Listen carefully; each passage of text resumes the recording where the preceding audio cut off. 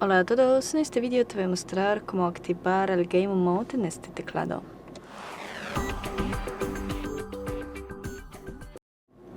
Para hacerlo pulsa el botón Game Mode que se encuentra en el panel junto al medio knob. Con una pulsación activarás el modo de juego y con otra desactivarás. Cuando el Game Mode está activado, el botón permanece iluminado y la tecla Windows se bloquea automáticamente para evitar que salgas del juego por accidente.